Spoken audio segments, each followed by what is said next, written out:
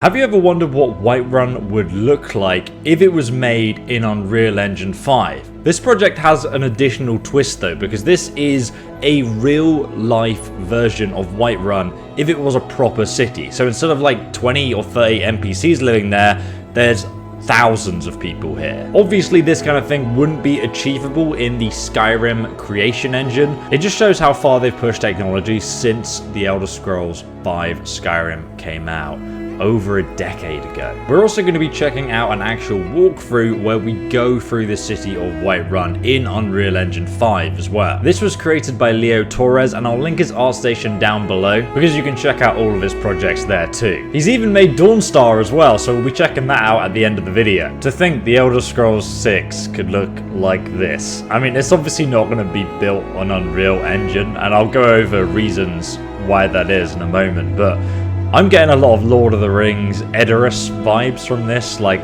the city of Rohan with all the mountains around it, just like in New Zealand. And these mountains look super realistic, but I think in a video game it would be quite boring to have actual mountains like this because it would be quite boring to climb up them. Whereas in Skyrim, you know, you're never more than 30 seconds or a minute away from something interesting and exciting happening. Damn, look at these weapons. The detail on these close-up textures is insane. But he's really got the feel of Whiterun, but in much more of a realistic way than they achieved it. It's just kind of like expanded on that. You can see like the main routes through the city still. There's some things are a little bit off, but I guess, you know, when you're scaling up something this big and trying to make it look realistic, that's no easy thing to do. Man, that like, is that like dawn or, oh god, it just looks beautiful. It's like a stormy day. That's more of the look of Skyrim, I think. This is almost a little bit too bright and colourful. There, and then you've got Dragon's Reach. Damn, that is a sick shot. And those mountains, they set the whole scene off and make it look realistic. I mean, obviously the topography, the mountain ranges aren't the same as in Skyrim, but still. I can also see the Companions Guild Hall over there as well. So some of this is quite accurate, but next we go into the walkthrough of the actual city itself.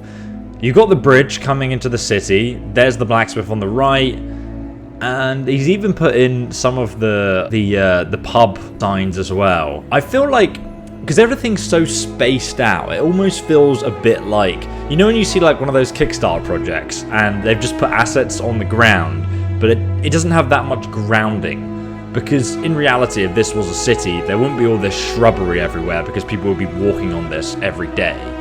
But I appreciate the attempt that's been made there, just the layout of some things doesn't quite work. One of the reasons why I think Bethesda would never make a game on Unreal Engine is just in comparison, their creation engine, even though it has lots of bugs in, is just so immersive compared to any other game engine that any other company has. Like being able to pick up and interact with every single object in the game just really brings that game to life. And if you've ever played like Fallout in VR or Skyrim in VR, you'll know exactly what I'm talking about. Like that's just ridiculous immersion levels. And being able to like pick up and actually look around at all the objects, that is insane in itself. But man, the transition there from winter, Skyrim never really had seasons in the same sense. They wanted to do it.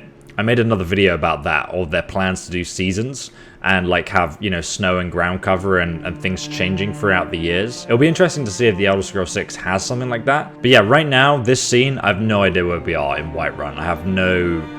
There's no sort of landmarks here that I recognize beyond it looking like a Viking village. I think most medieval towns back then had around 5,000 to 10,000 people. And this seems like a larger city, a massive medieval sort of epicenter of the continent of Skyrim, which kind of makes sense. It would probably have even more people potentially. That would be a pretty brutal place to live if you were living there in medieval times, especially with dragons attacking you. Okay, so there's like a market here against the city wall, which definitely isn't in Whiterun, so this is new.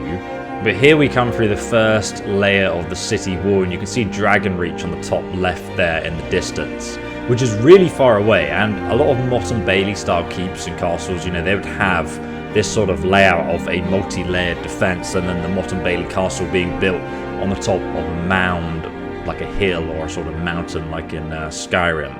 So it does make sense. It's very like historically accurate in that sense, but I think, as Todd Howard would say, everything has to be sort of like compressed into a video game, so not only it fits due to memory constraints, but also it has to work with the player not feeling like the game world's so empty. And I feel like there's a lot of gaps and emptiness in here. I think a game like Kingdom Come Deliverance did that very well though, where it was a proper medieval village. You've got the statue of Talos there, and you know, the roundabout in the center with the tree. There's an actual moat around it though, which is pretty huge. And Dragon Reach is also looking pretty accurate too. But if we go on Leo's ArtStation, which I've linked down below, we can look at, you know, the size of this project. So this is the outline for Whiterun. In fact, there's multiple entrances into the city. And as he says, he was trying to visualize a more real-life scale to Skyrim, specifically to the holds and cities. I mean, this city has a river running through it, and Whiterun does too. But seeing this does bring me back to some of the issues I had with Cyberpunk. I wanted to be able to go in every building and house and sort of experience the interiors, and, you know, obviously that's not possible when you have a massive sprawling city, which is why I find in video games they just don't really work, and it feels very samey and soulless once you do that. With the alternative being that you can't just go inside any of these houses. You can see how he's added textures across these different scenes there. You can see he's tried to create the entrance to Whiterun here, which I'm sure is super difficult in Unreal Engine. But that river that runs through the city has actually been connected with the fountain here, leading all the way up to Dragon's Reach. But doing this kind of makes the topography not make sense anymore. I think it's these shots here, looking across the city with the different lighting, that just make it feel like Whiterun. That really does look like Whiterun. So next we're checking out Dawnstar. As you can clearly see, he's even got the boat in the right place. And this like fluffy snow that he's created is incredible. And yeah, the frozen fishes, all the snow settling on these rooftops just looks like a Christmas postcard. He doesn't have the ship docks. I guess that'd be pretty hard to get in. But the snow and how it falls on that pathway and settles on those rocks is just stunning. But yeah, it brings me back to Kingdom Come Deliverance, because I think that's a game that did medieval towns in a super realistic way. I mean, they had historians working on that game, checking that everything was historically accurate. It suffers, Skyrim, when you try and enlarge it into that. Whoa, the light coming through the mountains there. Damn. Wow, okay. The reflections on that water. Could you imagine if the Elder Scrolls 6 looked anything like this? I mean, that would look insane. Okay, here we go. Now I got the walkthrough through Dawnstar itself.